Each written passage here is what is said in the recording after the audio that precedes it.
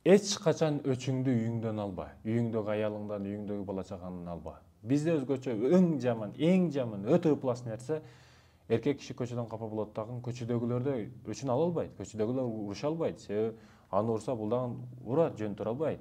Арыз жазат болсо милицияга. Биз эркектер кандай келип көчөдөгү нерсени үйгө алып келип ташыйт да.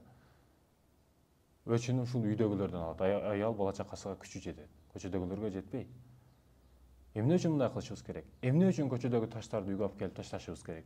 Эмне үчүн көчөдөгү мусорларды үйгө алып келип коюшубуз керек? Үйүбүз мусор ящиги эмес го. Ошондой экен, көчөдөн келген учурда эркек киши дарбазанын астында бир кагынып, силкинип, бардык дарттарын, проблемаларын таштап, сиз көчөдө генерал болушуңуз мүмкүн, көчөдөгүлөргө бизнесмен болушуңуз мүмкүн, көчөдөгүлөргө президент болушуңуз мүмкүн, бирок үйгө ичке киргенде сиз атасыз, аялга күйөөсүз. Башка үй бүлөңүзгө башкача мамиле кылың. Өзгөчө мамиле кылып коюң.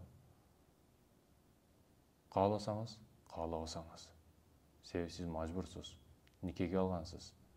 Багамын деп жоопкерчилик алгансыз. Жакшы мамиле кылам деп Аллахтын алдында сөз бергенсиз.